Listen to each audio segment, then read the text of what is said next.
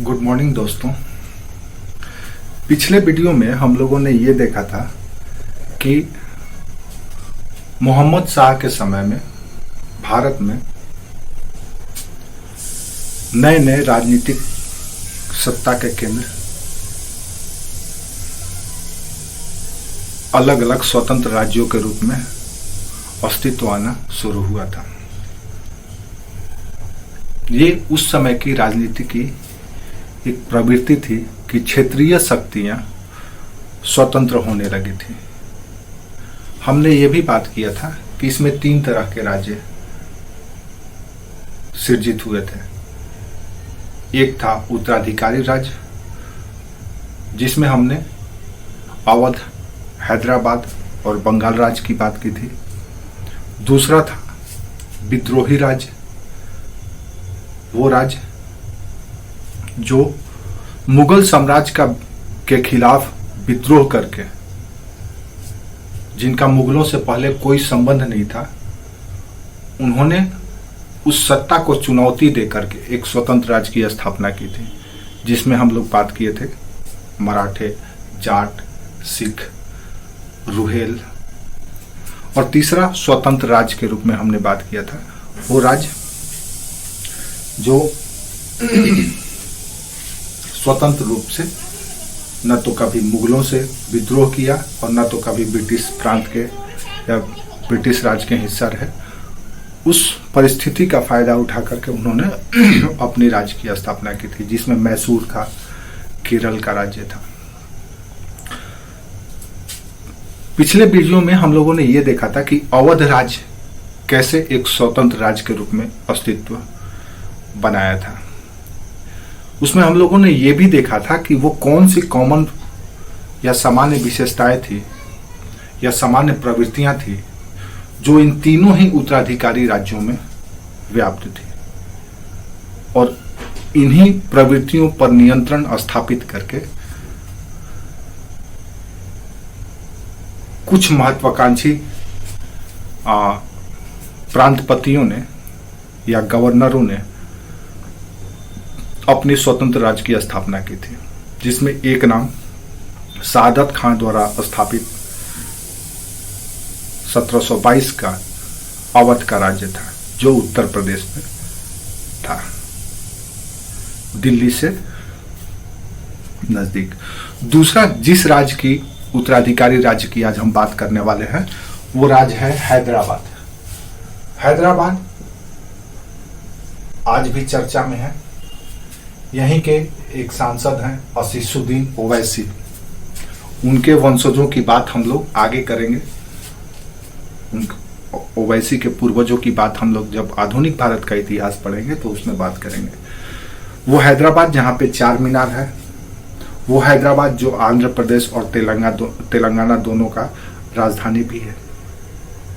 आज हम उसी हैदराबाद की कहानी बात करने वाले हैं। हालांकि वो हैदराबाद इस्लामिक स्वतंत्र राज्य की स्थापना से पहले कभी पल्लवों का राज हुआ करता था। जब भारत में इस्लामिक शासन या इस्लामिक सत्ता नहीं था तो दक्षिण भारत में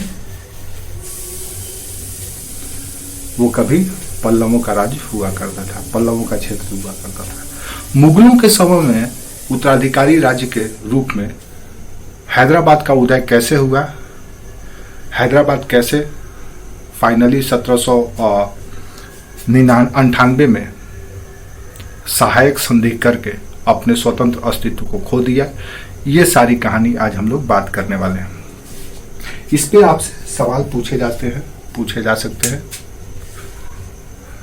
नेट के एग्जाम हो या फिर स्टेट पीसीएस या यूपीएससी का मेंस, हम लोग दोनों ही दृष्टिकोण से इसको देखेंगे, प्रीलिम्स पॉइंट ऑफ व्यू से भी और मेंस पॉइंट ऑफ व्यू से। आइए देखते हैं हैदराबाद। हैदराबाद का जो संस्थापक था स्वतंत्र राज्य के रूप में, उसका नाम था चिनकिलिच खान। हैदराबाद के संस्थापक का नाम, हैदराबाद राज्य का जो संस्थापक था उसका नाम था चिनकिलिच खान। थोड़ा सा अटपटा नाम है, और इसी ने हैदराबाद के स्वतंत्र राज्य के रूप में 1724 में 1724 में स्थापना की थी। स्वतंत्र राज्य, यानी कि इस क्षेत्र के राजनीतिक, कूटनीतिक, सामरिक, आर्थिक, प्रशासनिक मामले के सभी निर्णय अब यहाँ के निजाम के द्वारा लिया जाने लगा। मुगल सिर्फ और सिर्फ सांकेतिक रूप से जो दिल्ली में थे, मोहम्मद शाह के समय में मुगल दिल्ली के आसपास के क्षेत्र तक ही सिमट करके रह गए थे। बाकी सारी एरिया कहीं ना कहीं किसी न किसी शक्ति के अधीन, क्षेत्रीय शक्ति के अधीन, जो उस समय के क्षेत्रीय शक्तियां थी, जो कभी मनसबदार, सामंत, जमींदार थे या फिर किसानों का नेता बन करके उभरे, उनके नेतृत्व में प्रभुत्व में आता चला गया। 1724 में हैदराबाद स्वतंत्र राज्य के रूप में अस्तित्व में आया। स्थापना करने का श्रेय, हालांकि एक बात यहाँ ये भी ध्यान देना है कि चिनकिलीज खां कभी भी अपने आप को मुगलों से या दिल्ली से स्वतंत्र घोषित नहीं किया। कार्य सब स्वतंत्रता पूर्वक करता था, लेकिन पैरामाउंटेसी आप कह सकते हैं मुगलों का ये स्वीकार करता था। हमने ये बात की थी कि जितने भी उत्तराधिकारी राज्य थे मुगलों की प्रभु सत्ता को स्वीकार करते थे, लेकिन संप्रभुत्व भी थे, अपने राज्य के हित में निर्णय लेने के अधिकार या शक्ति रखते थे। 1724 में हैदराबाद के गठन से पहले चिनकिलीज खां, जिसका बाद में नाम या आप कह सकते हैं कि उपाधि निजामुल मुल्क भी था। निजामुल मुल्क याद रखिएगा, निजामुल मुल्क, ये इसका उपाधि था, टाइटल था। तो चिनकिलीज खां 1724 से पहले 1699 में औरंगजेब के काल में ही औरंगजेब ने इसे 1699 में यहाँ का सूबेदार बनाया था, गवर्नर बना करके भेजा था 1699 में। उस समय हैदराबाद कोई स्वतंत्र राज्य नहीं था, बल्कि यहाँ पे छोटे छोटे कई प्रांत थे, 6 प्रांत दक्षिण में थे। उसी में से एक प्रांत था बीजापुर। इसी बीजापुर का सूबेदार बना करके औरंगजेब 1699 में यहाँ पर भेजा था। 1699 से लेकर के 1722 ईस्वी तक, लंबे समय तक, मतलब पूरी जवानी चिनकिलीज खां या निजामुल मुल्क की दक्षिण में ही बीती थी। दक्षिण भारत की आबो हवा से, वहां के राजनीति से, वहां की कूटनीति से, वहां की क्षेत्रीय शक्तियों से, वहां की सोशल लाइफ से, सामाजिक जीवन से सबसे अच्छी तरह से पारंगत हो चुका था, रूबरू हो चुका था। इसका लगाव और संवेदना भी इस ओर था। कहानी की शुरुआत तब होती है जब औरंगजेब की मृत्यु के बाद उत्तराधिकार को लेकर के, मुगल सत्ता पर अधिकार को लेकर के संघर्ष शुरू होता है। इस दौरान चिनकिलीज खां किसी भी पक्ष में, किसी के भी पक्ष में या किसी भी गुट में शामिल नहीं हुआ और अपना दक्षिण का जो बीजापुर का क्षेत्र था वहां का सूबेदारी चलाता रहा। न तो बहादुर शाह के पक्ष में खड़ा हुआ, न तो और किसी के, न तो मुअज्जम के पक्ष में, न तो आजम के पक्ष में, न तो काम बख्श के पक्ष में। याद रखिएगा, औरंगजेब दक्षिण का बीजापुर का सूबेदार के रूप में काम बख्श को नियुक्त किया था, लेकिन साथ ही साथ कुछ क्षेत्र आप कह सकते हैं कि सूबेदार के रूप में, उप सूबेदार के रूप में नियुक्ति चिनकिलीज खां की गई थी। लेकिन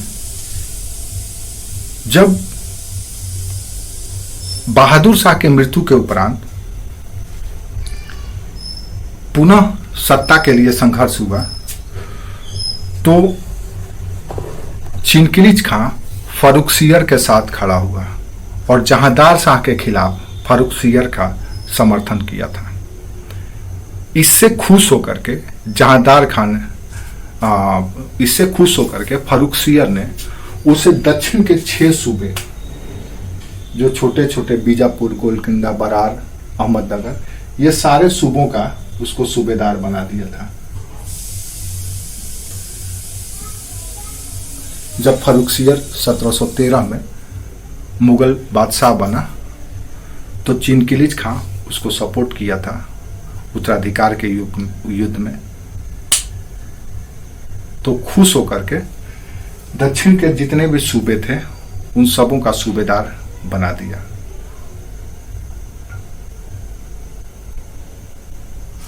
सूबेदार तो बना दिया और सूबेदार बन भी गया, लेकिन यहां पर दिल्ली में अली बंधुओं का प्रभुत्व था, इसलिए इसकी कोई दाल वहां पे गलती नहीं थी। चाह करके भी इसे कोई निर्णायक राजनीतिक पद प्राप्त नहीं हो पाता था। फर्रुखसियर की मृत्यु के बाद मोहम्मद शाह 1719 में मुगल बादशाह बना और कुछ ही वर्षों के बाद मोहम्मद शाह अली बंधुओं से तंग आ गया और उनसे छुटकारा पाना चाहता था। और चिनकिलिज खां भी अपने आप को दिल्ली की राजनीति से अलग कर दक्षिण के सूबे में ही स्थापित करने का प्रयास कर रहा था। वो चाह रहा था कि दिल्ली के इन दोनों बंधुओं के प्रभाव से हम अलग रहें। लेकिन जब मोहम्मद शाह भी उससे मुक्ति पाने की कोशिश करने लगा तो उसमें इसने सहयोग दिया। दरअसल दिल्ली के दरबार से वो ये बहाना बनाया कि इस समय जो मराठे शक्तियां थी, मराठे शक्ति को संतुलित करने के लिए उसे दक्षिण में आना जरूरी है। वो चाहता था कि यहां से वो किसी भी तरह से बाहर निकल जाए और अपना जो सूबा है उसी में राज प्रशासन को चलाए। लेकिन इस बात को मोहम्मद शाह भांप लिया। मोहम्मद शाह को लगा कि ये यहां पे नहीं रहना चाहता है और स्वतंत्र अपना इधर राज्य स्थापित करना चाहता है। इससे पहले 1722 में हुसैन अली की हत्या और उसके बड़े भाई अब्दुल्ला की भी हत्या करने में इसका भूमिका था। फिर ये किसी भी तरह से 1722 से 1724 तक लगभग 2 वर्षों तक ये दिल्ली का वजीर भी बना। हुसैन अली की हत्या के बाद उसकी मृत्यु जब हो गई तो एक महत्वपूर्ण पद वजीर यानी प्रधानमंत्री के पद पर भी रहा। लेकिन उसे इस बात का अनुभव हो गया कि प्रधानमंत्री का पद दिल्ली के दरबार में रहना दोनों ही अनिश्चित और घातक है। कभी भी यह पद छीना जा सकता है और अपने जान से भी हाथ धोया जा सकता है। इसलिए इसने ये बहाना बनाया कि हम दक्षिण के सूबे में जो अशांति है, इस समय मराठे शक्तियां इन क्षेत्रों में आक्रमण कर दिया करते थे। विशेष करके मालवा का क्षेत्र और गुजरात का क्षेत्र, इन दोनों क्षेत्रों पर मराठे बाजीराव नियंत्रण करना चाहते थे। तो इनको संतुलित करने के बहाना बना करके वो दक्षिण की ओर कूच कर गया। उसने मोहम्मद शाह को बोला कि हम जा रहे हैं दक्षिण, और नहीं तो अन्यथा ये दोनों ही क्षेत्र हम मुगल राज्य से निकल जाएंगे। ये बहाना बना करके वो चल दिया। लेकिन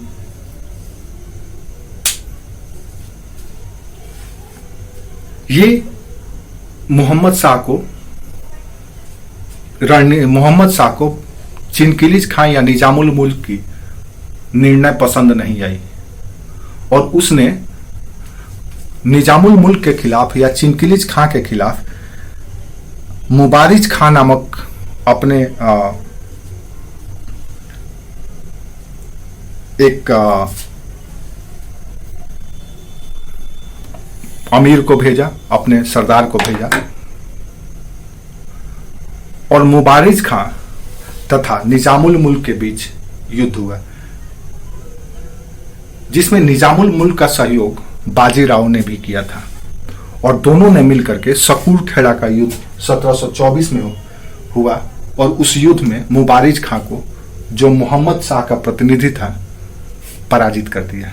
और पराजित करने के उपरांत मराठों के साथ उसका संबंध अच्छा हो गया। लेकिन ये संबंध कितने दिनों तक टिकने वाला था, आगे हम लोग देखते हैं। दरअसल जब इसकी विजय हो गई तो मोहम्मद शाह भी लाचार था, शक्तिहीन था, दरबार में षड्यंत्र चल ही रहा था। ऐसी स्थिति में उसने निजामुल मुल्क की स्वतंत्रता की मान्यता दे दी।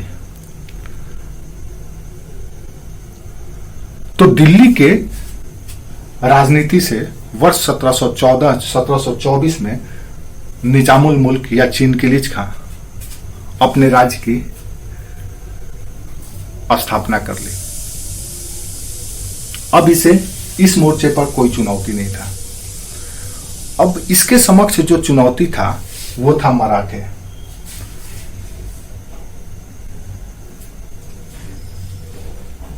निजामुल मुल्क के पास हमेशा दो चुनौती रहा। एक चुनौती ये रहा कि वो मुगलों से शत्रुता न ले, मुगलों से शत्रुता न ले।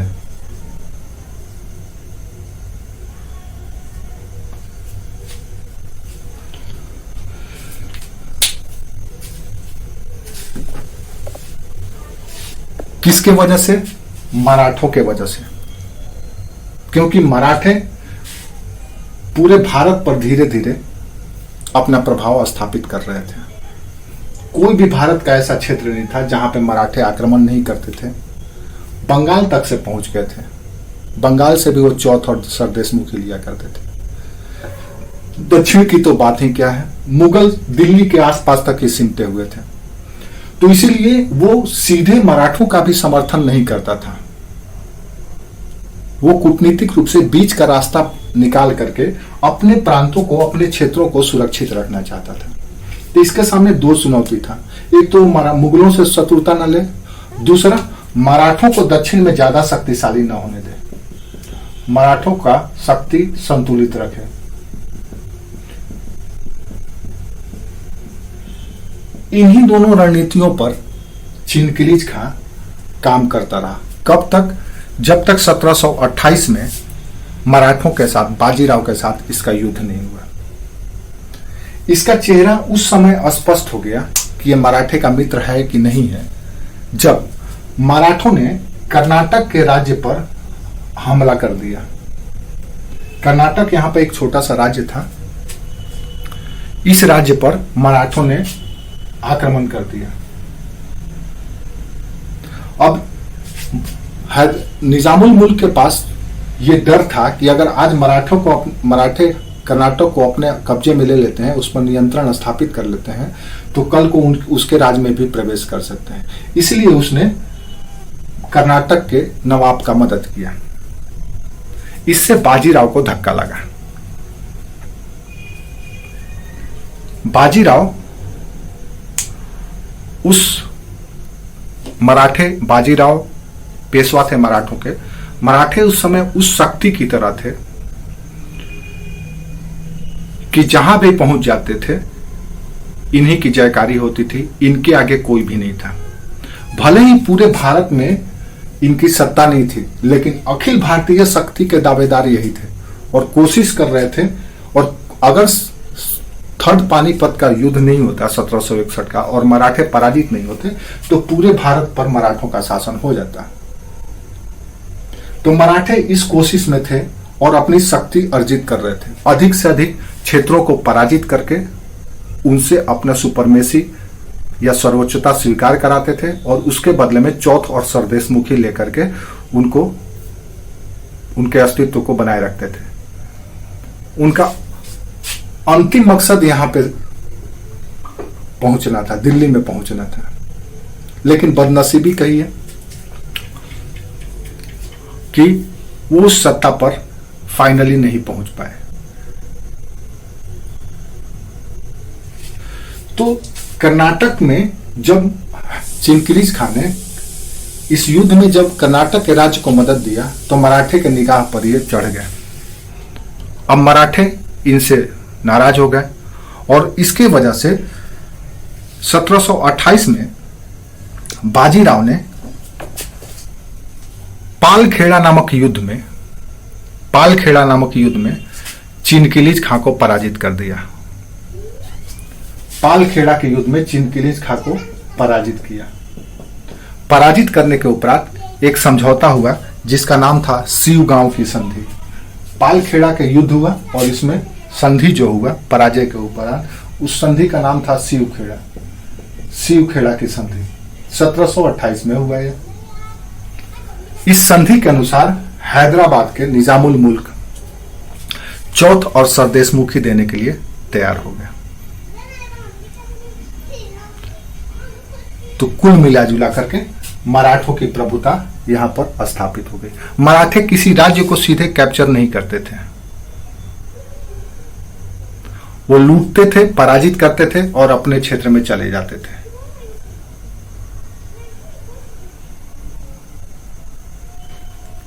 क्योंकि अभी वो उस स्थिति में नहीं थे, क्योंकि मराठों का जो संगठन था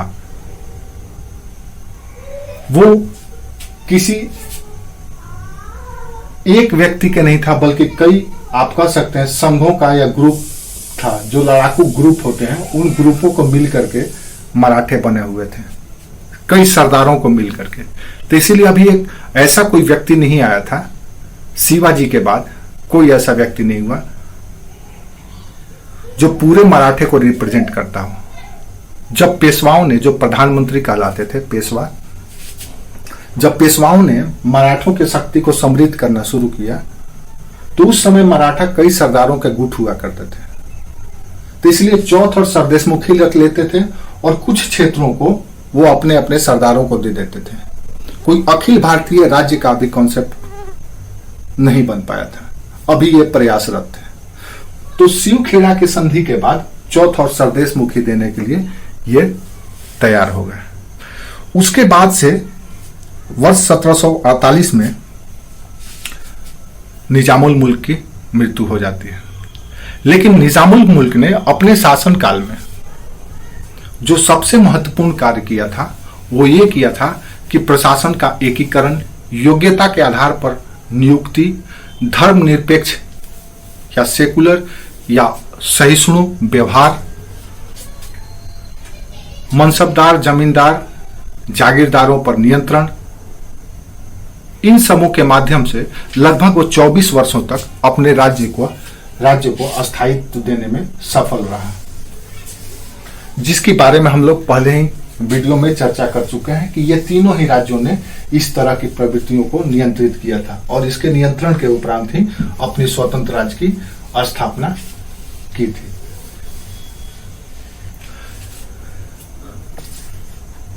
आप देखेंगे कि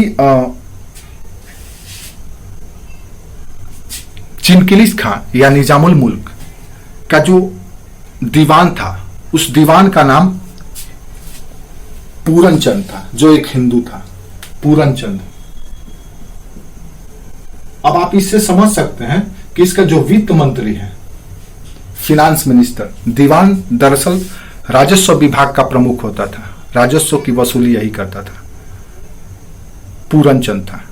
तो इससे पता चलता है कि उसकी प्रशासन या शासन करने का तरीका कितना अच्छा था।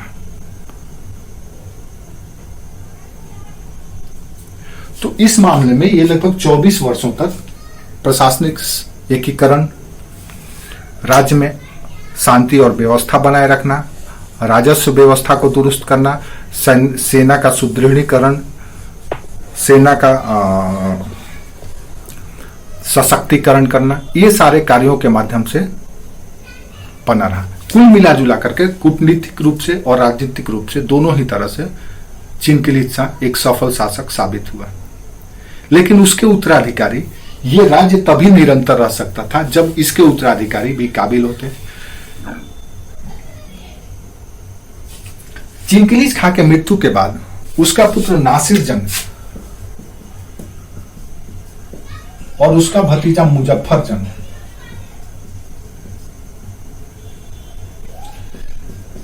के बीच हैदराबाद के राज्य पर नियंत्रण को लेकर के संघर्ष शुरू हो गया। अब भारत की राजनीति में पहली बार आप देखेंगे कि व्यापारिक कंपनियों का प्रवेश शुरू होता है। अब ये दो गुट बन गया। मुजफ्फर जंग चाहता था कि वो हैदराबाद का नवाब बने। नासिर जंग जो उत्तराधिकारी था, वैधानिक था, बनना उसे चाहिए था।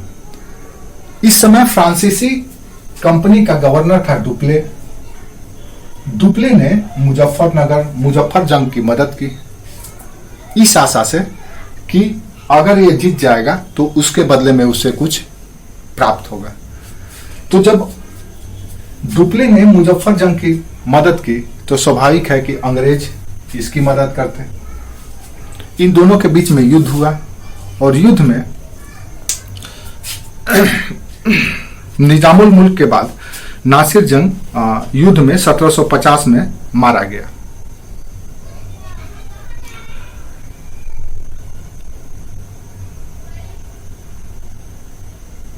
मारे जाने के उपरांत मुजफ्फर जंग हैदराबाद का नवाब बना। इसके बदले में डुप्ले को पौंडीचेरी प्राप्त हुआ। पौंडीचेरी का क्षेत्र डुप्ले को अवार्ड के रूप में मुजफ्फर जंग के द्वारा दिया गया। इसके अलावा मसूलीपट्टनम का क्षेत्र जो कभी अंग्रेजों का व्यापारिक कोठी हुआ करता था, वो क्षेत्र भी फ्रांसीसियों को मिल गया। अपने राज्य की रक्षा करने के लिए,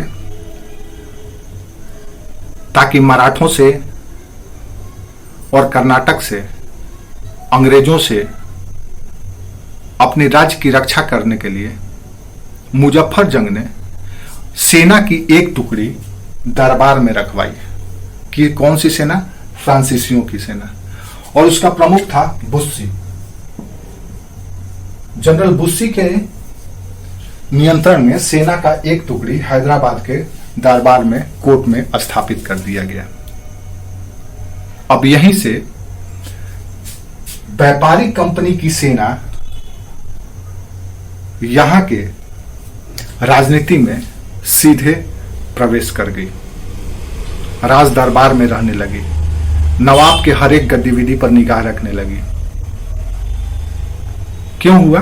क्योंकि निजामुल मुल्क के बाद न तो नासिर जंग में वो काबिलियत थी और न तो मुजफ्फर जंग में। ऐसी स्थिति में धीरे धीरे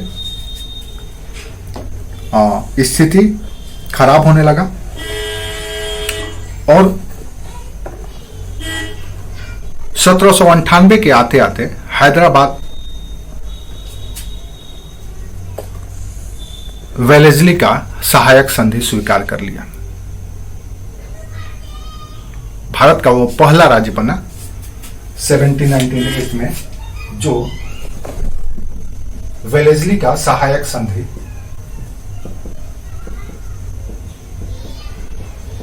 स्वीकार कर लिया।